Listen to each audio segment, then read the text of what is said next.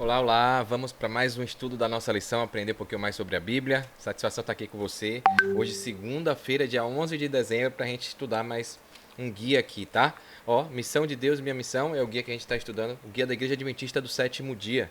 E ajuda a gente aí a entender melhor sobre a palavra de Deus, tá bom? Então, se você não tem esse hábito, vale a pena você criar esse hábito de estudar a palavra de Deus. Eu estou fazendo esses vídeos aqui para manter o meu hábito como um compromisso maior e espero estar ajudando você também, tá bom? Você pode pegar o guia físico na CPB, Casa Publicadora Brasileira, tá sites aqui na descrição, nos comentários, ou o PDF digital que eu pego aqui na escolasabatina.net, tá bom? Fica à sua disposição aí. Então fica comigo, porque vai valer a pena, vale a nossa salvação.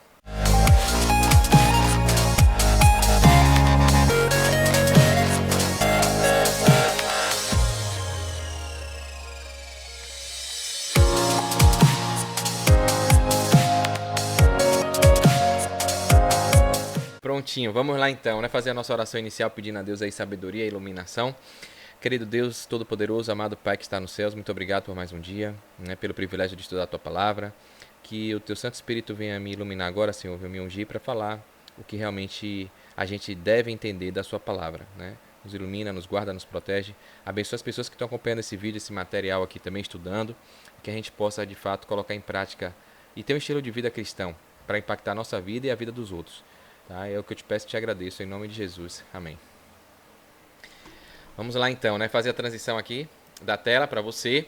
Pronto, Escola Sabatina, na lição 11, segunda, dia 11 de dezembro. A gente está estudando um tema aqui, Missão em Favor dos Não Alcançados, a parte 2, né? E aí o guia do professor Gilberto Brasiliano, lição fácil, ele fala aqui, ó, Em Busca das Multidões. É um tema, é o conteúdo que o guia desse dia trouxe pra gente. Então, tem duas perguntinhas aqui no guia, logo de cara aqui, a gente vai ver aqui. E antes, o professor gosta de fazer sempre a introdução, né? Ele coloca aqui, ó. Existem em muitos corações uma vocação de fazer bem ao próximo, conhecido ou desconhecido, através da ministração do Evangelho. Muitos gostam de enfrentar os desafios da missão nas grandes cidades e, assim, aliviar muitos corações dos sofrimentos urbanos, né? Dos grandes centros ali, vida corrida, o custo de vida maior, as dificuldades são maiores, né? E aí o professor coloca que tem muita gente que tem satisfação em ajudar nesses grandes centros.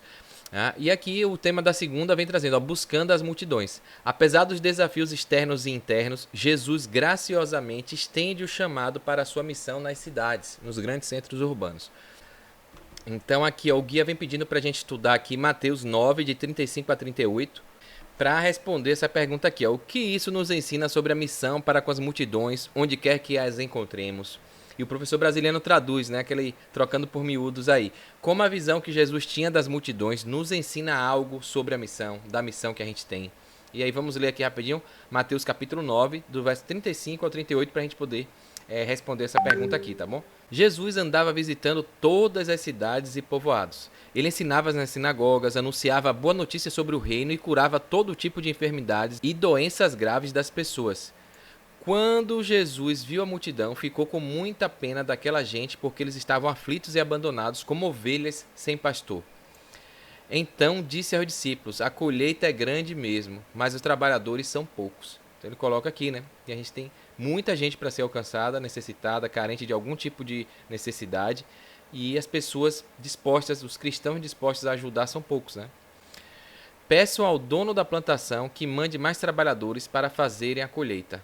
Então falando, pedindo a Deus, ao Senhor, levanta mais gente aí, né, para falar da tua palavra, para ajudar essas pessoas. Então, fica essa mensagem aqui pra gente. Então eu respondi aqui, eu coloquei, ó, que existem muitas pessoas necessitadas, né? E os missionários, as pessoas dispostas a ajudar, a desempenhar a missão, são poucas, né? E Jesus se compadece de todos, que Jesus se compadece de todos. E aqui a resposta aqui do professor brasileiro, Jesus tinha compaixão das multidões e ao ver as pessoas sofrendo, desejava que houvesse mais gente cuidando delas e trabalhando por elas. Então foi o que a gente viu aí na Bíblia, né? Jesus foi movido com a compaixão pelas multidões, como as encontradas nas cidades. Lucas 19:41 descreve como Jesus chorou sobre Jerusalém. Então você pode verificar depois aí, Lucas capítulo 19:41. Pode ser que não compreendamos a profundidade do amor de Jesus por seus filhos, mesmo pelas massas anônimas aí que vivem nas cidades, né? É por isso que em Mateus 9:38 Jesus nos diz para orar para que os nossos motivos e corações possam ser como os dele. Aqui o professor brasileiro comenta, né, esse trecho do guia aqui, colocando: ó, Jesus tinha uma empatia muito grande pelo povo das cidades, as pessoas viviam sob o jugo romano e essa perda da liberdade os deixava depressivos e sem motivação para a vida, sem esperança, sem motivo para viver, né, sem propósito. Jesus olhava e se compadecia por isso, mas sentia mais ainda quando as pessoas rejeitavam o evangelho e a salvação que lhes era oferecida. Então ele se compadecia, mas às vezes a pessoa está tão no fundo do poço, está tão desacreditada, tão fechada, com o coração fechado, que negou a Jesus, negou a palavra de Deus. E aí diz que a Bíblia fala que Jesus se entristece ainda mais, né? Aqui, outra pergunta, né? Segunda pergunta, Mateus 4, capítulo 4, do verso 23 ao 25. Quando Jesus começou seu ministério, de quais localidades vinha o povo? Então o guia vem trazendo essa pergunta aqui, ó. No início do ministério de Jesus, de onde vinham as pessoas para serem atendidas? Então vamos dar uma olhadinha aqui, Mateus 4, 23 a 25. Então Mateus 4, 23 a 25. Vamos dar uma olhada aqui, ó. Então, para responder essa pergunta, basta a gente olhar aqui, ó, 23. Jesus andou por toda a Galileia. Então, toda a Galileia, ensinando nas sinagogas, anunciando a boa notícia do reino e curando as enfermidades e as doenças graves do povo. As notícias a respeito dele se espalharam por toda a região da Síria. Então, toda a Síria ali, né? Por isso o povo levava a Jesus pessoas que sofriam de várias doenças e de todos os tipos de males, isto é, epilépticos, paralíticos e pessoas dominadas por demônios, e ele curava a todos. Grandes multidões o seguiam, eram gente da Galileia, das 10 cidades, que é Decápolis, né? De Jerusalém, da Judéia e das regiões que ficam do lado leste do Rio Jordão. Então tá aí a resposta que a gente tem aqui do guia, né, e da Bíblia. Tem, ó, Jesus percorria a Galileia curando as pessoas ali, e muitas vinham da Síria, da região da Decápolis, né, das 10 cidades, de Jerusalém, da Judéia e do outro lado, leste, né, do Rio Jordão. E aqui o guia vem ratificando essa resposta aí, tá? Então logo depois da pergunta o guia mesmo vem trazendo a explicação, ó. Em Mateus 4, 25, as multidões que seguiam Jesus vinham da Galileia, das 10 cidades, estados da Decápole a leste, de Jerusalém e de Judá ao sul. Aí vem aqui, ó, além de Samaria, que região estava faltando? A região costeira de Tiro e Sidom, parte da Fenícia ao longo do mar Mediterrâneo e a noroeste da Galileia. Agora entendemos por que Jesus foi a essa área. Essa viagem à região de Tiro e Sidom foi uma das viagens missionárias transculturais de Jesus. Aqui mais a seguir, depois do encontro com os fariseus, Jesus se retirou de Cafarnaum e, cruzando a Galileia, dirigiu-se às colinas das fronteiras da Fenícia. Olhando para o oeste, ele podia ver estendidas abaixo as antigas cidades de Tiro e Sidom, com seus templos pagãos, seus magníficos palácios e mercados comerciais, e os portos cheios de navios. Quem está dando esses detalhes é a nossa profetisa, a escritora norte-americana best-seller aí, que a Igreja Adventista tem como profeta, Ellen G. White, no livro Desejado de Todas as Nações, na página 399. Então diz que Jesus estava por ali, quando ele olhou para o oeste, ele viu, né, na fronteira ali da Fenícia, viu Tiro e Sidom com os grandes centros, ele viu aquele povo idólatra ali, viu todo aquele contexto ali, né, necessitando de uma abordagem, né? E aqui o guia traz mais uma outra pergunta. Como podemos ajudar as pessoas a ver quão fúteis são os luxuosos palácios e mercados? E o motivo pelo qual precisam de Jesus? Né? Então, que às vezes as pessoas estão tão na luxúria, estão buscando só a prosperidade financeira, né? Aqui nessa terra, esquecem da prosperidade espiritual, da prosperidade lá no céu, no reino de Deus. Então, como é que a gente pode aí ajudar essas pessoas e mostrá-las, né, o motivo pelo qual elas precisam de Jesus? Então, mais um desafio para a gente aí. Aqui o professor brasileiro dá um comentário sobre esse trecho que o guia traz, né? Jesus visitou, certa ocasião, a região de Tiro e Sidom, onde atualmente é o Líbano, pois por causa da distância, o perigo das estradas e a falta de transporte, isso dificultava o acesso até onde Jesus estava pregando e curando na Galileia. Por isso foi até lá. Então, o professor está dizendo aqui que era difícil o acesso para as pessoas irem até Jesus. Então, aquela história, né? Se Maomé não vai à montanha, a montanha vai a Maomé. Né? Então, assim, as pessoas não estavam conseguindo ir por uma série de empecilhos, e aí Jesus pegou e decidiu ir lá. Né? Outra citação de Ellen White, né, no livro Meditações Matinais, 1995, página 146. Jesus foi nosso exemplo em tudo, e foi um diligente e constante obreiro. Os sofredores que foram ter com ele não foram mandados embora sem receber alívio. Ele estava relacionado com cada coração e sabia a maneira de atender-lhes às necessidades. Caíam de seus lábios amoráveis palavras de conforto, animação e bênção. E os grandes princípios do reino do céu eram expostos a grandes multidões em palavras tão simples que todos as compreendiam. Um professor de escola bíblica conduziu um vendedor de calçados a Cristo.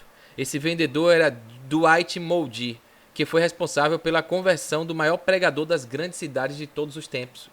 E aqui o professor brasileiro fala de Billy Graham, né? Billy Graham foi convertido, foi apresentado por esse Dwight Moody, ou Moody, e né, fala da importância, era um vendedor de calçados, né?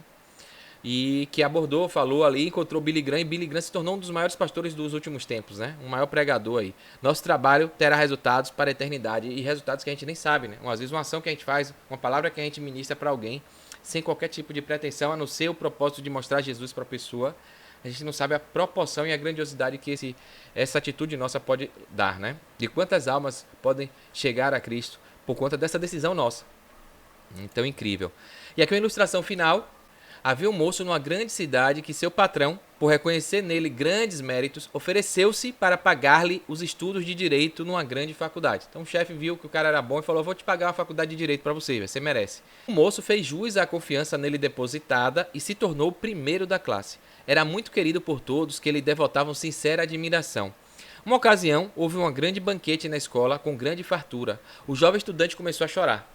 Alguém lhe perguntou: por que você está chorando no meio de tanta fartura e de tanta alegria? Aí ele disse: eu estou me lembrando das pessoas da minha cidade. Muitos mal têm o que comer e eu aqui desfrutando de tão boas amizades, bem vestido, bem alimentado, não me faltando nada e nada podendo fazer por eles. Isso mudou sua visão de vida e ele ligou para o patrão para perguntar se poderia mudar o rumo de sua vida trocando de curso. Então imagina, ele estava ali já, né, num estilo de vida totalmente diferente, com fartura, com tudo, só que ele lembrou da sua origem, lembrou das pessoas que estavam lá, na mesma vida que ele estava antes, e ele falou: que adianta eu estar aqui, meu povo está todo lá, meus amigos, familiares, né, tudo lá. E ele aí se comoveu e pediu para o patrão para mudar de curso. Ao invés de se pedir autorização, né, porque o patrão que estava bancando, ao invés de se formar advogado, queria ser pastor e lutar e ajudar milhares de pessoas nas grandes cidades. O patrão concordou e disse: sempre achei que sua vocação era cuidar mais das pessoas do que de você mesmo. E assim, o moço se formou como pastor para levar salvação a milhares nas grandes cidades. Que maravilha, né? Que bênção. Então, fica esse exemplo aí também das pessoas que têm o dom, recebem o chamado de fato, se dedicar à obra missionária, ajudar pessoas, a pastorear.